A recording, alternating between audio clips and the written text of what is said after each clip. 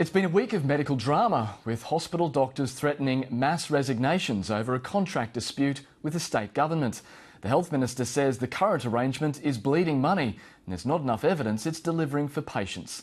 Doctors say they want an efficient system too, but the new contracts are unfair and will send Queensland Health back to the bad old days when administrative targets were put ahead of patient care.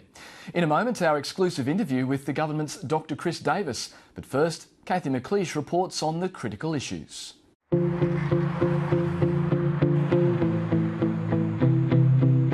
The Pineapple Group first rallied at this pub about 10 years ago, when conditions for doctors and their trust in Queensland Health was at an all-time low. We'd seen the health service start to go down the gurgler, and we said to Mr Beattie, "You've got this wrong." And they ignored us for the first while, and then they saw doctors leave. They saw doctors leave with their feet. They saw Bundaberg happen, and we said, "We told you this would happen. This is on your head." Now they've regrouped to take up a new battle with a different government. Once again, doctor contracts are the issue. In 2014, we say to the Minister again, "You've got 900 doctors telling you this is the wrong path." I never thought I'd see the day. I never thought I'd see the day again that the culture of concealment, the culture of bullying that I faced when I was AMA President in 2005 seems to be returning. It's very ironic that they basically reformed the Pineapple Group to go back under exactly the same pretext, that is to actually threaten mass resignations and force the government to back down. The state government says the existing pay scheme for public health doctors, including those known as senior medical officers or SMOs, has to change. The Auditor-General found it had cost more than $800 million in the past decade. And while it's been successful in recruiting and retaining doctors, there's no way to measure whether there are too many SMOs or if they're in the right locations. There will be productivity KPIs that are actually linked to those payments, and it will be very transparent. There will be a requirement to disclose conflicts of interest, all of those sorts of things.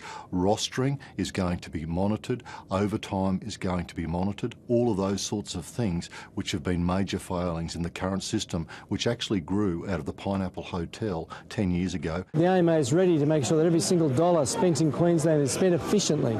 We can't do that if we can't work with our staff, and we can't do that if the doctors aren't working here.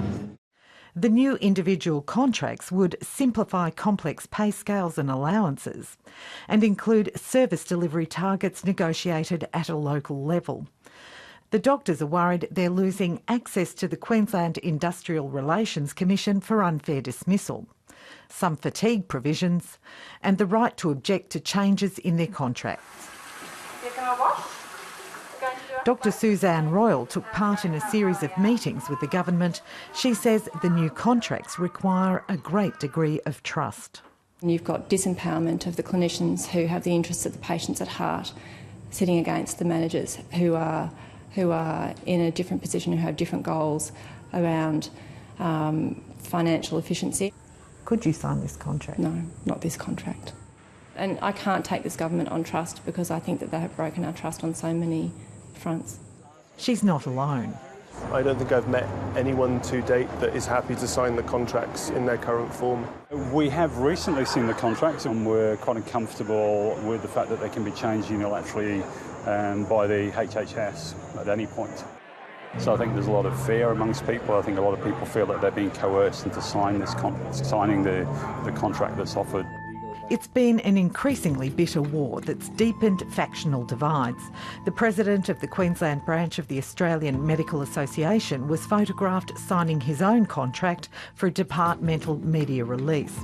In an urgent late-night vote, his organisation gagged him and pointed out he'd signed a visiting medical officer contract with different implications. Within days, a letter written by the Assistant Health Minister and former AMAQ President Dr Chris Davis was leaked to the press. In it, Dr Davis raised concerns about the contracts and said a similar command and control strategy had contributed to patient deaths, such as in Bundaberg, and said contracts that could harm patients and be detrimental to the broader community make my position in this government untenable. After the leak, Dr Davis said he was committed to the process, and the Health Minister said it was all a misunderstanding that was straightened out in the party room. There's been a fair bit of misleading information and scaremongering going on, and I think that was quite clear yesterday. And when I was able to address those issues, there was very broad support for what is being done and the direction, and Chris is very supportive of that as well. I can tell you that up in Cairns, it's 90% of people are prepared to resign over these contracts. But some SMOs have signed, like Dr Dennis Lennox, who heads the group that supports rural and remote medical services. He believes the new contracts will lead to better patient outcomes where doctors and administrators set targets together. Good management of those key performance criteria actually will invite the medical staff to propose the targets. They're in the best position to know that. The Rural Doctors Association says it's leaving it up to members to decide. There are some areas where there have been good conversations between parties who feel more equal and a lot of good negotiation taking place, and they're the areas where we're seeing SMOs have already signed some of their contracts. There are other areas where there's a lot of unrest, people feeling undervalued and threatened. Dr Massell says resignations would hit the bush hard. Rural areas are traditionally tough places to work, difficult places to recruit to, and if you lose a doctor, it's not going to be an easy ask in any environment, let alone the current environment, to replace that person. All of those that agree with the motion that says we have no confidence in the Health Minister, raise their hand. Thank you. All of those that oppose that motion? Mr Springborg, there's no hands showing. That is a unanimous vote of no confidence. We've seen some significant concern.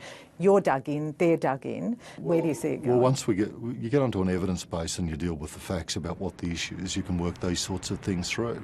But we have to work through and we have to convince people of that, and we need to be prepared to address any issues which are real issues, which we are.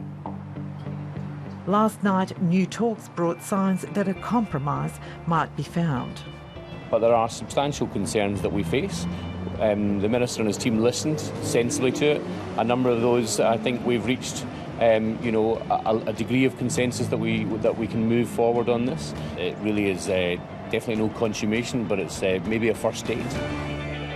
If there's no resolution, a mass walkout has been threatened for April 30, the last day doctors have to sign up.